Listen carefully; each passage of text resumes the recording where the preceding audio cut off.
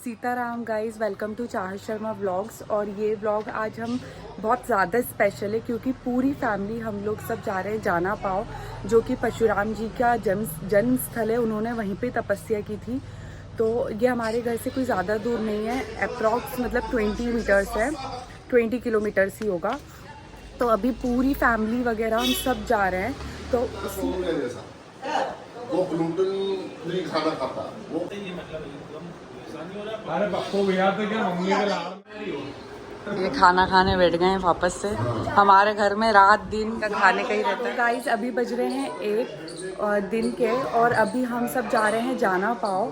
तो अभी सब रेडी हो गए हैं, मैं भी पूरी रेडी हो चुकी हूँ। ये मेरा आउटफिट है और बाकी के जो मेरे ब्रदर बुआ सब हैं वो यहाँ बैठे हुए हैं। फिर उसका एक गेट, ये आउटफिट है मेरा, रेडी है। ये पल है, ये हमारी दीदी भी रेडी है पूरी, भक्ति, नन्नू गाड़ियाँ भी रेडी है। बस अब हम जा पहन रहे हैं। नंबर 1 हमारी निकल गई है, गाड़ी नंबर 2 अभी। मेरा आउटफिट है। ये आधे कैंडिडेट इस गाड़ी में बैठ रहे हैं और आधे इस गाड़ी में। ये लोग सारे डिक्की में बैठे जबकि सीट्स हैं। उस अर्टिका में भी पूरी सीट है पर फिर भी बच्चों को डिक्की में बैठना है। देखो क्या मजे है। सही है, भी जा रही है। चलो बाय बाय बाय बच्चों,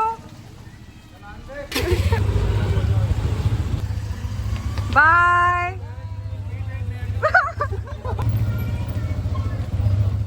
बाइक पे निकल चुके हैं हम दोनों, और जो भी ये जो कार में उन सबको हम अभी कैप्चर करेंगे बाइक से।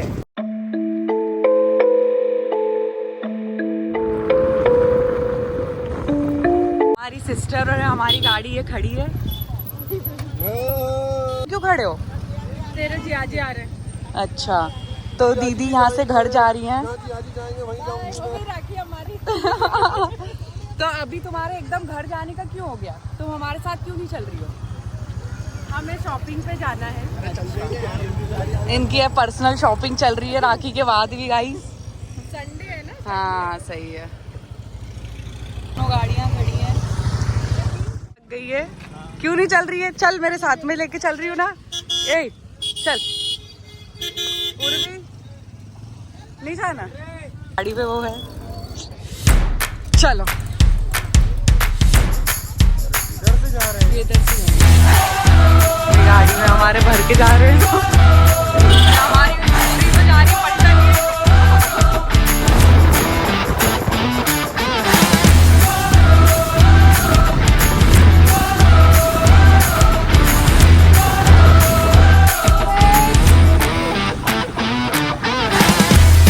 पानी भी आ गया है गाइस।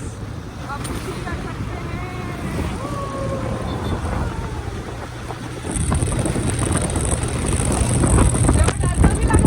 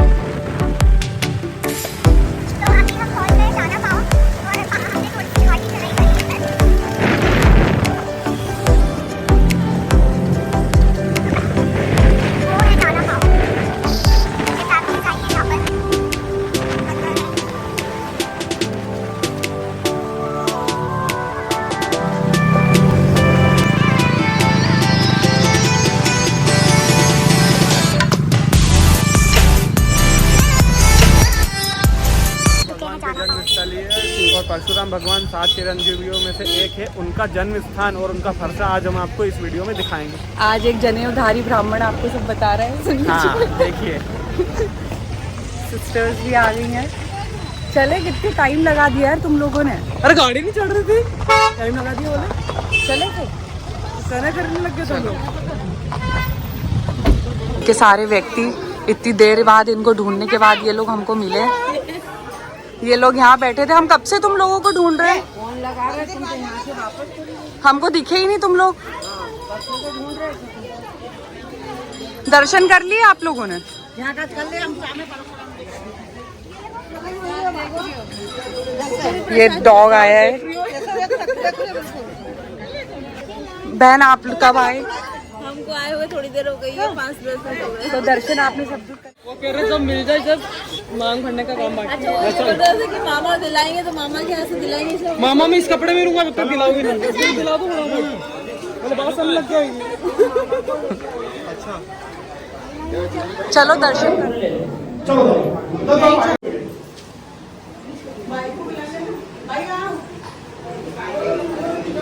बटुक जी, बटुक से अब जो जनेऊधारी ब्राह्मण बन चुके हैं, ये भी।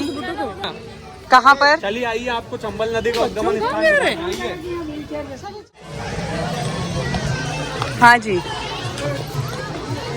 ये जो आप कुंड देख रहे हैं, ये कोई कृष्ण कुंड और राधा कुंड ब्रज का नहीं है। ये चंबल नदी का उद्गमन स्थान है, जो कि परशुराम भगवान की जन्मभूमि जानापाव में स्थित है। इस कुंड में स्नान मात्र से ही इंसान के जितने भी पाप है वो मुक्त हो जाते हैं और वो उसकी मुक्ति हो जाती है। देखिए, ये पूरा कुंड है, इसी में सब स्नान भी करते हैं।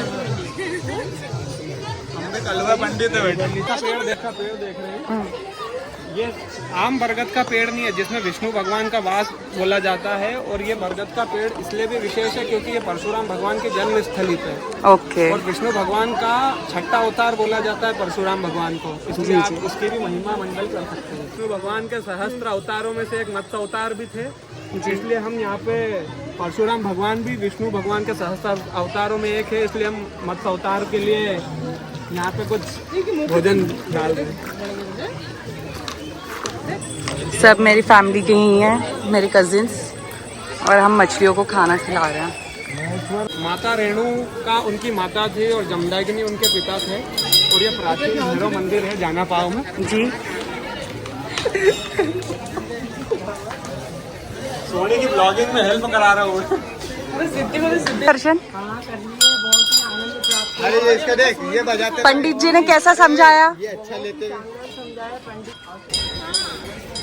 जी जी जी, आ रहे पंडित जी आ रहे।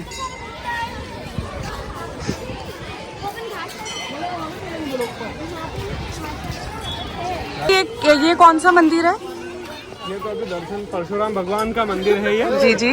और यहाँ पे जो स्थित चाणक्य की मूर्ति है जी, ये विशेष रूप से ब्राह्मणों का प्रतीक है, क्योंकि चाणक्य जो थे जी, वो राजा पुरु के विशेष सलाहकार हुआ करते थे। उन्होंने अलेक्जेंडर द ग्रेट और इनको भगाया था देश से। बहुत अद्भुत मूर्तियां हैं।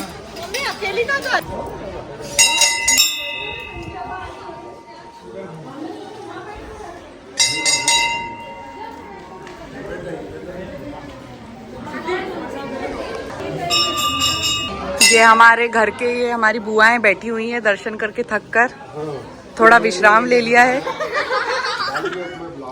आप लोगों ने दर्शन कर लिए? नन्नू, माधव, मंदिर। अच्छा, फोटो किधर अच्छी खींच। ये क्या चिमटी होगी ना गंगा से। जय परशुराम।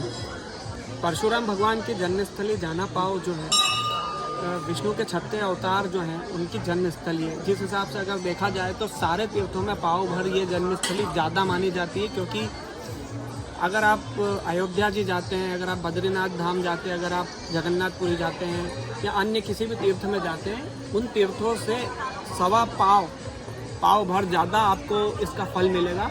इसीलिए इसका नाम जानापाव है। और इसकी विशेषता ये है, यहाँ की डाल पत्ती जो है वो ईश्वरीय बखान करती है। यहाँ के हर वृक्ष कोई आम वृक्ष नहीं है। उन्होंने बड़ी तपश्चर्या करी होगी और बड़े संतता से रहे होंगे जब उनको इस चीज़ का फल प्राप्त हो रही है। ये बड़ी भगवत स्थान है। इस जगह ये कोई मनोरंजन वाला स्थान नहीं है, ये प्रभु की प्राप्ति और बड़े बड़े संत लोगों ने ग्रंथों में इस स्थान के बारे में बखान किया है। जाना पाँव के बारे में बखान करना इसलिए भी एक बड़ी बात हो जाती है क्योंकि परशुराम भगवान का श्री राम के साथ एक वाक्य आता है।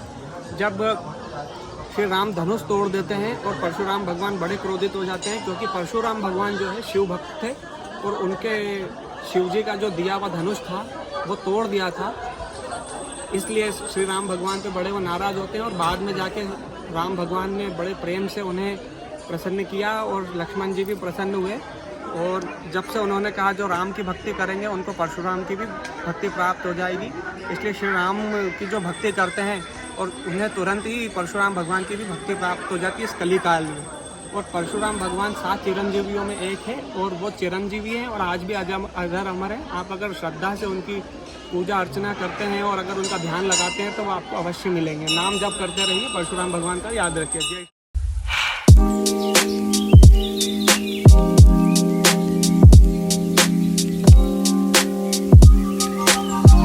ब्राह्मण जो होता है जो परब्रह्म को समझे, परब्रह्म को अगर मैं इंग्लिश में बताऊं, डिफाइन करूं तो साइंटिफिक लैंग्वेज में हम कहेंगे जो अल्टीमेट एनर्जी और अल्टीमेट सोल को जो बताए वो ब्राह्मण होता है। जो उस अल्टीमेट सोल को, अल्टीमेट एनर्जी को, परब्रह्म को समझे, समझाए और लोगों को अपने आप को अवगत कराए। जिस प्रकार श्रीमद् भागवत गीता में श्री कृष्ण बताते हैं कि इंसान एक निमित्त मात्र, एक आत्मा स्वरूप है जो ब्रह्मांड में अलग अलग योनियों में घूमता विचरण करता रहता है। इसी प्रकार से उसका जो उद्गमन स्थान है वो कहाँ से आया है, कहाँ जाएगा और किस प्रकार से उनकी वृत्तियों में अलग अलग योनियों में उसको धारण करता है, वो ब्राह्मण का कर्तव्य होता है। ब्राह्मण के विशेष काम होते हैं। जिस प्रकार से ब्राह्मण वैदिक काल से ही शिक्षा देना, लेना, यज्ञ करना, कराना, अनुष्ठान करना, कराना अथवा उच्च स्तरीय भोजन प्रदान करना। ब्राह्मणों ने कई बार अपने आप को क्षत्रियों के स्थान पर भी रखकर प्रूफ करके दिखाया है। जैसे कि हमारे गुरु द्रोणाचार्य थे तो ब्राह्मण पर उन्होंने क्षत्रियों के बच्चों को ट्रेनिंग दी। हमारे परशुराम भगवान थे तो ब्राह्मण पर उन्हें क्षत्रिय चीज़ें भी सारी आती थी। कहीं ना कहीं क्षत्रियों के शिक्षा देने वाले ब्राह्मण रहे हैं। क्षत्रिय गुण भी ब्राह्मणों में निमित्त रहते हैं। यहाँ पर पापड़ पार्टी चल रही है।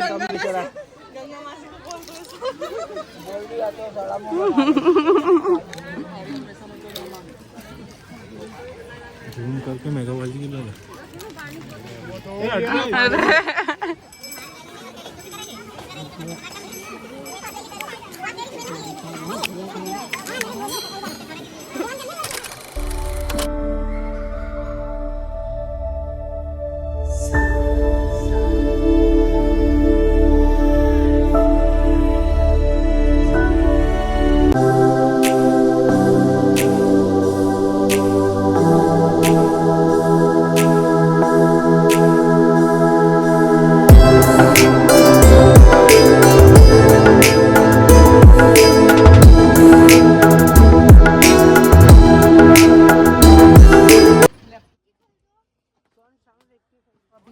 भुट्टे खाने के लिए रुक गए हैं, ये सब यहाँ बैठे हैं और ये हमारे इधर भुट्टे हो रहे हैं।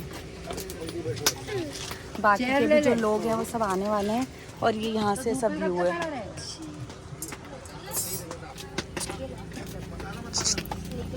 हमारी तीसरी गाड़ी आ गई है, इसमें से कैंडिडेट्स निकल गए हैं। ₹1 पर भुट्टा। हमारी तीसरी गाड़ी भी आ गई है। हेलो कर दो बुआ जी, हेलो हेलो बोला आ जाओ भुट्टा खा लो। हेलो सोनी मैडम, भुट्टे खाइए। ये इसमें हमारी दूसरी जनता पार्टी बैठी, आधी जनता पार्टी इधर है। ये हमारा भुट्टा आ गया है।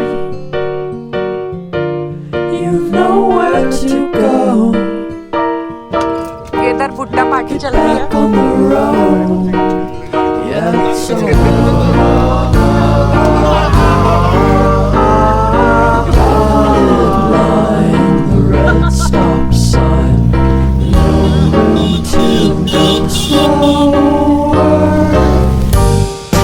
और ये घर के लिए भी 2 भुट्टे पैक करवा लिए इधर इनने।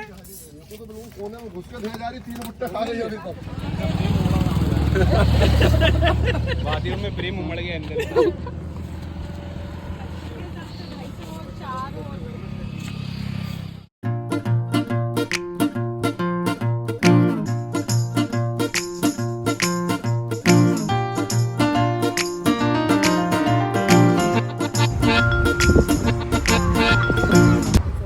घर आ चुके हैं जाना पाओ से सब लोग, और अभी सब लोग बैठ के बातचीत कर रहे हैं। तो इसी के साथ ये ब्लॉग हम एंड करते हैं। Please like share and subscribe.